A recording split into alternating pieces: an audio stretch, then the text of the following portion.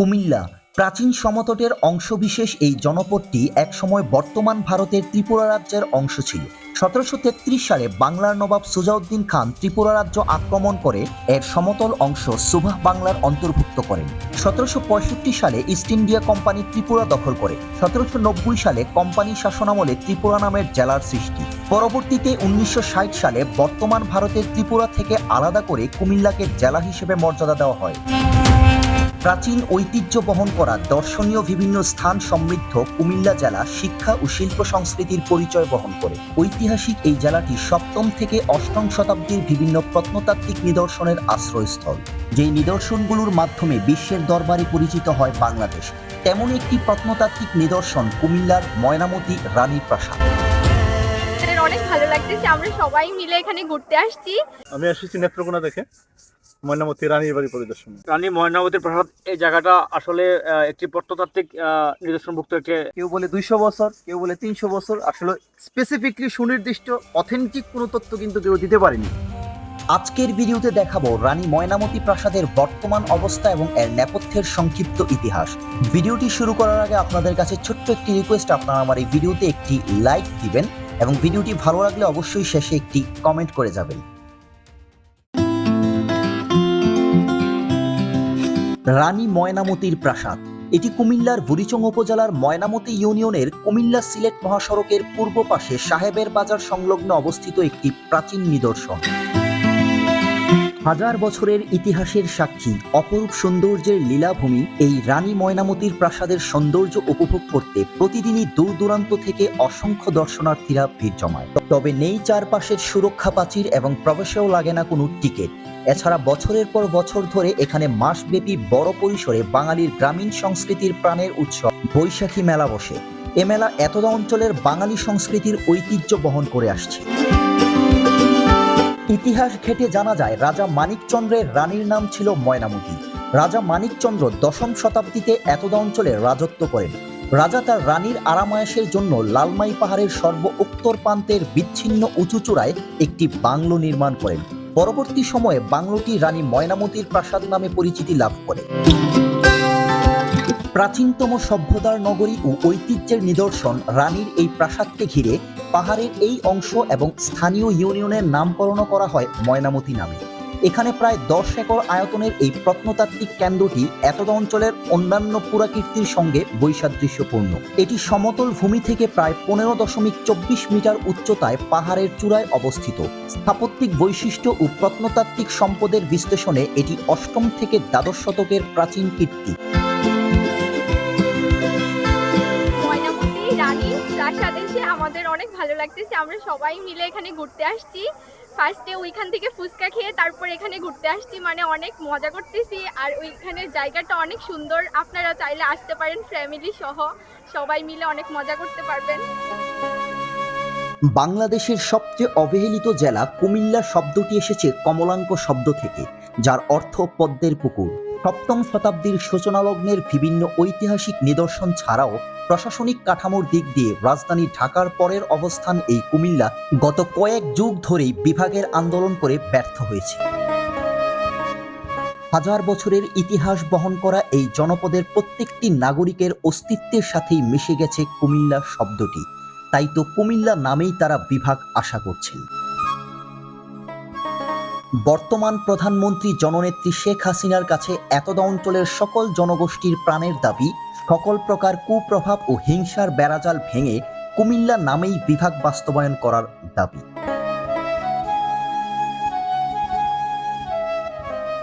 এটা মনে হয় গোপন পথ, হ্যাঁ এটা হইতে পারে। ওইদিকে মনে হয় রাস্তা আছে, এটা হতে পারে, এটা মনে হয় কোনো একটা গোপন, হ্যাঁ এটা হইতে পারে, গোপন পথ হইতে পারে। এই যে একটা স্নানাগার হতে পারে বলা যায়। হ্যাঁ, আবার এই যে একটা বন্ধ হয়ে গেছে, এগুলা বন্ধ হয়ে গেছে। 4-5টা রাস্তা আছে না, 5টা। এটা মেইন একটা রাস্তা সহ আর 4টা রাস্তা আছে। 4টা রাস্তা আছে, মেন রাস্তা সহ 5টা। বন্ধুরা, আমি কিন্তু এখন এই কূপের একবারে ভেতরে চলে আসছি, চিপা রাস্তা দিয়েই। আমার সাথে আরো কয়েকজন ভাই এখানে আছেন। তো ওনারা সাথে আছে বিধায়, খুব ভয়ঙ্কর জায়গা, দেখতে কিন্তু ভয়ঙ্কর লাগে। তো ওনারা আছে বিধায় কিন্তু একসাথে সাহস পাইছি, পুরোটা ঢুকলাম। একবার চিপা এবং এর চতুর্দিকে কিন্তু ছোট ছোট চিপা রাস্তার মতো। এটা আসলে মূলত কি কাচারি ঘর নাকি রানীর ওয়াশরুম? অনেকে বলে যে রানীর যে গোসলখানা ছিল, আবার অনেকে বলে যে এটা নাকি একটা কূপ ছিল। তো স্পেসিফিকলি আসলে সুনির্দিষ্ট অথেন্টিক কোনো তথ্য কিন্তু কেউ দিতে পারেনি। খুব ভয়ঙ্কর জায়গা, প্রথম দিকে আমি আসার সাহস করিনি। এই পাশেও চিপা, এই যে চিপা রাস্তা চতুর্দিকে, একটা দুইটা তিনটা চারটা পাঁচটা, মোট 5টা চিপা রাস্তা। এটা হচ্ছে 6টা, এটা হচ্ছে 6 নম্বর বড় রাস্তা, এটা দিয়ে আমরা প্রবেশ করছি। এখন এই রাস্তা দিয়ে আমরা আবার বাইরে যাব।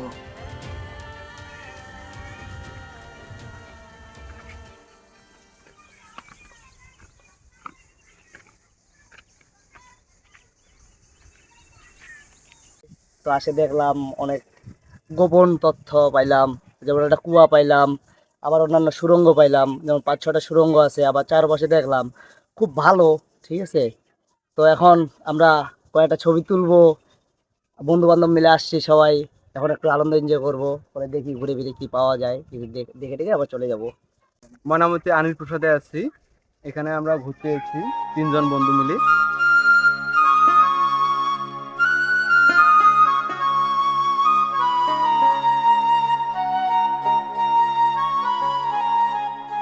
এখানে যে বিষয়টি দেখলাম, এই বিহার বা প্রাসাদের যেই ইট ইট হচ্ছে, আমরা সচরাচর যেই বিল্ডিং বা দালান কোঠাতে যেই ইট ব্যবহার করি সেটা কিন্তু 10 ইঞ্চি 5 ইঞ্চি যেই ইটটা থাকে, ইটের যে সাইজ, এখানের প্রত্যেকটা ইট হচ্ছে বর্গাকৃতির। এবং আরেকটা যেই বিষয় খেয়াল করলাম, দালানের যেই সাইজ সাইজ এই সাইজ কিন্তু 5 থেকে 6 হাত, 5 হাত প্লাস হবে, অনেক চওড়া। ক্যামেরায় হয়তো দেখানো যাচ্ছে কিনা আমি জানি না, অনেক চওড়া। আমরা নর্মালি যেই বিল্ডিং এর দালানগুলো করি সেটা হচ্ছে যদি 5 ইঞ্চি থাকে, প্লাস্টারে গিয়ে আরো 1-2 ইঞ্চি ধরি, 6 থেকে 7 ইঞ্চি, কিন্তু এইখানের দালানগুলো কিন্তু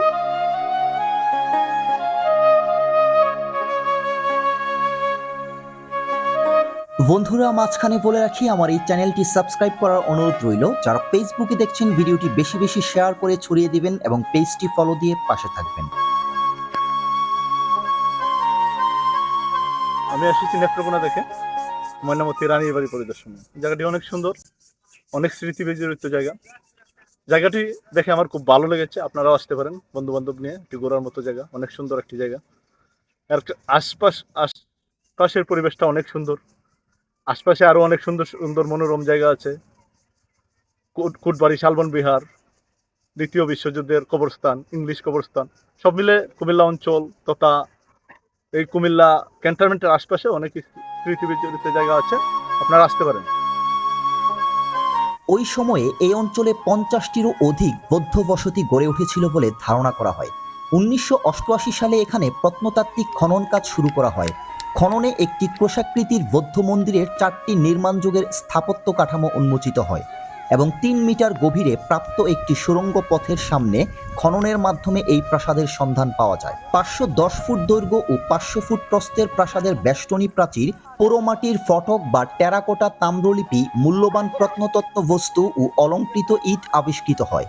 2018 সালের খননে প্রথম ও দ্বিতীয় নির্মাণ যুগের 2 মিটার চওড়া সীমানা প্রাচীর এবং সারফেস লেভেলে একটি বিশেষ সিঁড়িপথ উন্মোচিত হয়। খননে প্রাগৈতিহাসিক যুগের হাতিয়ার, জীবাশ্ম কাঠ, কালির দোয়াত, সিলমোহর, ব্রোঞ্জ ও মাটির মূর্তি, কলস, হাঁড়ি, বাটি, পানির পাত্র, লোহার কাস্তে, ঘর নির্মাণ সামগ্রী, পেরেক, শাবল সহ এখানে অনেক মূল্যবান পুরা সামগ্রী পাওয়া যায়।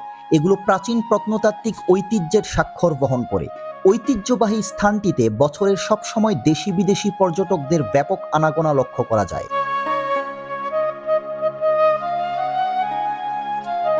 বন্ধু, খুব টায়ার্ড ফিল করতেছো?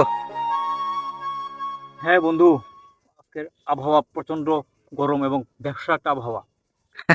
আসলে খুব গরমের মধ্যে আছি আসলে। আবার আচ্ছা, তুমি বলো। রোজা রমজান মাস। আচ্ছা, এই রানী ময়নামতির যে প্রাসাদ, কেমন লাগলো ঘুরে? রানী ময়নামতির প্রাসাদ, এই জায়গাটা আসলে একটি প্রত্নতাত্ত্বিক নিদর্শনভুক্ত একটি জায়গা এবং একটি ইতিহাস সমৃদ্ধ একটি জায়গা। আসলে এখানে আমি আসছি, আমি এসে ঘুরে ঘুরে প্রত্যেকটা জায়গা দেখেছি। তো আসলে আমার খুব ভালো লেগেছে। আসলে ইতিহাসের অনেক গুরুত্বপূর্ণ কিছু চিহ্ন এটার মধ্যে জড়িয়ে আছে, যেটা আমরা দেখতে পাই। তো আসলে আমার কাছে খুবই ভালো লেগেছে, একটি খুবই মনোরম এবং মনোমুগ্ধকর একটি দৃশ্য। প্লাস এখানে আসলে যেই আসে এখান থেকে আসলে অনেক কিছু দেখার এবং শেখার, ইতিহাস সম্পর্কে জানার এবং বাস্তবে দেখার খুব ভালো একটি অপরচুনিটি সবার জন্য আছে আমি মনে করি। তো প্রত্যেকটি সচেতন মানুষের এই ধরনের ইতিহাস বিজড়িত জায়গাগুলোতে আসা এবং ঘুরে দেখা এবং পরিদর্শন করা উচিত বলে আমি মনে করি প্রত্যেকটি সচেতন মানুষের জন্য।